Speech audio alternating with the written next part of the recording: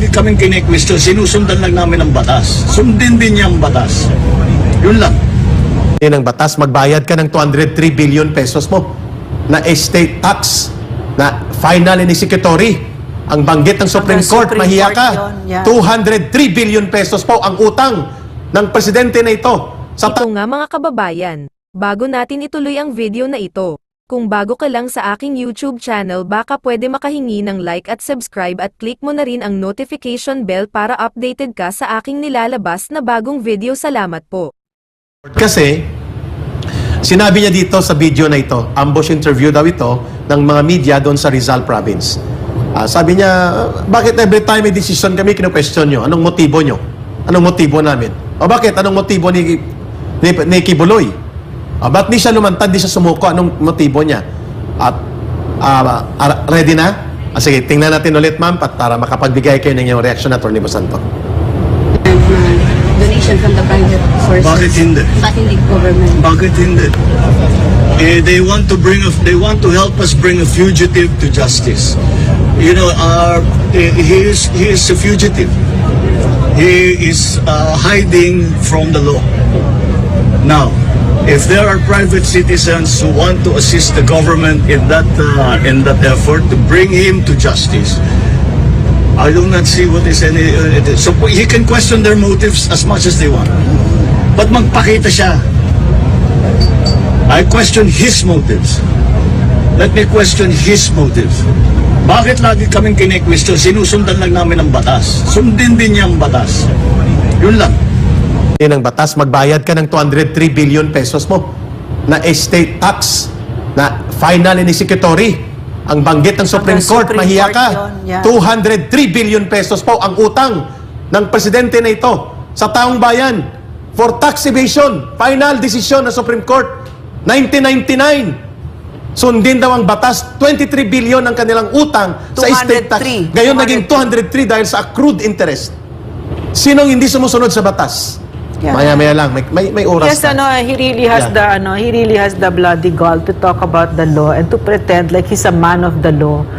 When the crimes of this president, no, yung paglabag niya ng batas are very serious offenses, no? Just on the Bill of Rights, ilang beses 'yon. No, si this president has no moral ascendancy to talk to us about following the law because you yourself, Mr. Marcos, are the primary violator of the law. Of a lot of our laws. Number one, what Eric just mentioned, the Supreme Court decision on you to pay the 203 billion that you owe the Filipino people, you have not paid it. Okay, tsaka itong violations ng Bill of Rights na freedom of expression, press freedom, we were illegally detained. You didn't even say anything, no?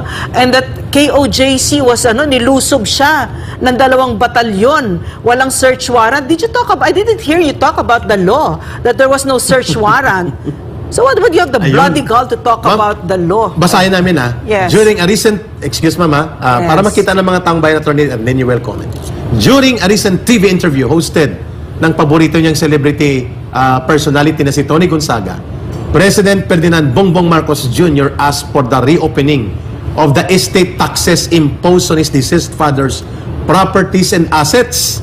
Decision po ito ng Supreme Court. Ito, media immediately responded that the Supreme Court decision ordering the Marcos heirs, na siya ang representante dito, to pay the estate tax of 23 billion had become final and executory on March 9, 1999. Since then, ito yung binabanggit namin ni Ma'am Lorraine, the amount that allegedly ballooned to 203 billion pesos due to penalties and surcharges. And this is a criminal offense.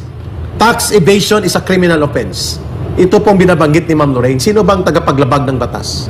Sino bang nang babalahura at nang babalasubas ng batas? Ma'am, would you like to continue and then Attorney Basanto? Yeah, also just in case he says that he filed for a petition, no, it was dismissed. Na-dismiss na? It was dismissed, yes. Okay. By the Supreme Court as well.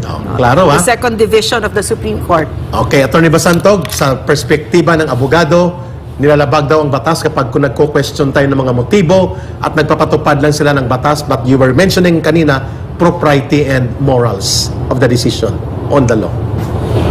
Yes, I think issue dito parang may selective amnesia tayo no? Dapat when you speak of the law, you want to speak of laws that yung mga ini-issue lang sa'yo. Kasi ang primary function of the executive department of our country is to execute all the laws of the land.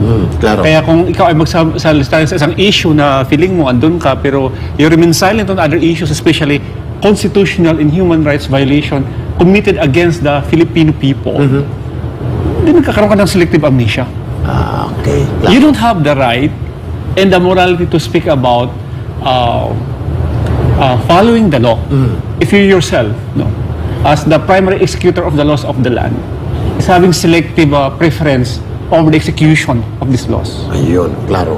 Attorney, follow-up ko to sa'yo bilang abogado. Ma'am, bago po yung isa pang ulat talakayan. Tama po ba kami at ang taong bayan na ang tax evasion ay criminal case? Yes. Ano ang kanyang pananagutan, if not now, dahil may immunity, itong nagtatapang-tapangan at suplado na Presidenteng Marcos Jr. at naghahambog-hambugan na parang siya ay sumusunod sa batas. Matapos ang kanyang pagiging Pangulo, pwede ba siyang habulin pa rin dito sa kanilang liability, hindi lamang sa pera, kundi pananagutan sa batas? Feeling ko dito sa kaso na to, this is not about the criminal aspect of the case yet, but it's about the charges coming from the non-settlement of state taxes. Ito pa lang So, ang pwedeng gawin ngayon, actually, you don't have to wait for Na the mawala term, siya. is magkaroon tayo ng execution of the decision. Oh. And you forfeit the properties of that individual na amounting to 203 billion. No? Sino magsasagawa? The government. So you talk about Kinukontrol mo niya. So yun yung sabi ko when you talk about enforcement of the law, then you follow. Because the decision of the Supreme Court is equivalent to a law of the land. Ayun. Yeah, so You know, Ma'am, sige, your reaction. you know, as a doctor, I cannot help but think about what we're seeing kasi right now, no, is a president whose decision-making skills are just, horrific. It's just terrible, no. And so I cannot help but think, is this part of his because we've been hearing about it, no, and he hasn't responded in a way that clears things for us, no, about his cocaine use. Isa pa yun. And as a doctor, no, let me tell you what the effects of chronic cocaine use does. No, it affects your judgment, your perception of things, no, and you become paranoid, you become depressed. So in the span of 2 years, no, this decision-making skills are just almost comical if you want to laugh, but we're talking about a country right now, no, like for instance yung police, no, yung pagpalit-palit, no, sa Davao, 12 palit 12 hours, how tatlong many? pulis. Tatlong pulis, City Director. Can you say it again, Eric, no? Yeah, in 12 hours time, tatlong city director ang pinatambling-tambling, pinalit-palitan, at ang isa ay 4 hours lang na umupo at 20 minutes, ang isa ay 1 hour and 48 minutes, at ang isa ay coming in. So my point is we cannot turn a blind eye on the alleged cocaine use of the leader of our country, because what he's doing is because he's the leader of our country, our fortunes, we're all tied up together to all his decision making and all of his whatever he's going through right now. Therefore, this is something that really concerns me as a doctor, no? Paano ito? Bakit ganito ito? So ang punto ni Ma'am Lorraine, very clear from the perspective of medical analysis sa kanyang training as expert, no, sa field nito. Doktor siya Pinag-aralan niya ito ng halos 10 taon, dumaan siya dyan. So ang punto ni Ma'am Lorraine, kung hindi maayos ang mental state ng namumuno ng bansa, lalo na presidente, at may persistence of allegations and suspect siya sa continuing drugs and substance abuse, ito mga desisyon na ito ay hindi mo pwedeng mapagkatiwalaan, napakadelikado para sa buong bansa. At until now, ayaw niyang harapin ang issue na ito. Yan, no, si Lito Patay, ma'am, 4 hours and 28 minutes. Si Colonel Butil, 1 hour and 48 minutes. at yung sinabi Atty. Basantag before yung may tatanong kami sa iyo, si General Peralta, nandyan ang buong pamilya, nakaantay na, magseremonyas na. Mag-swear in bilang chief PNP sana. Nako, out of mga 45 minutes before the swearing in, binago niyang desisyon niya. Pinirmahan niya si General Marbil. Itong isa pang hambog na walang kaalam-alam sa batas na chief PNP na para Unheard of yan eh. Unheard of yan yung kahihiyan na Oo. dinaanan ng pamilya ni General General Peralta. Peralta. May nag-fly in pa ng mga relatives yan. And they were Grabe. right there in the ceremony. And in fact, the president, even greeted him. And then Oo. only to flip-flop, no? So, we're looking at the mental state of this president, Yes. no? Correct. And we're tying it down to this noise about his cocaine use. Yes. Attorney Bosantog, sa iyong pagtingin, malinaw ba na ang mga ganitong prosesong ginagawa niya at pati ang pagtawag niya kay Pastor Kibuloy na pugante, instead of using the correct term, may abogado sa gilid namin, ni Ma'am Lorraine, dapat ang tawag kay Pastor, suspect at large. Kasi hindi siya convicted, no trial yet, and at large lang siya. But he is not technically a fugitive according to many legal opinions. Siya ay suspect at large. Under naabutin siya ng trial and then may conviction. How do you react doon sa mga observations ni Ma'am Lorraine na unstable ang kanyang mga decision making at napakaluba ang epekto nito because he is the chief executive officer to implement and enforce the law sa buong bansa?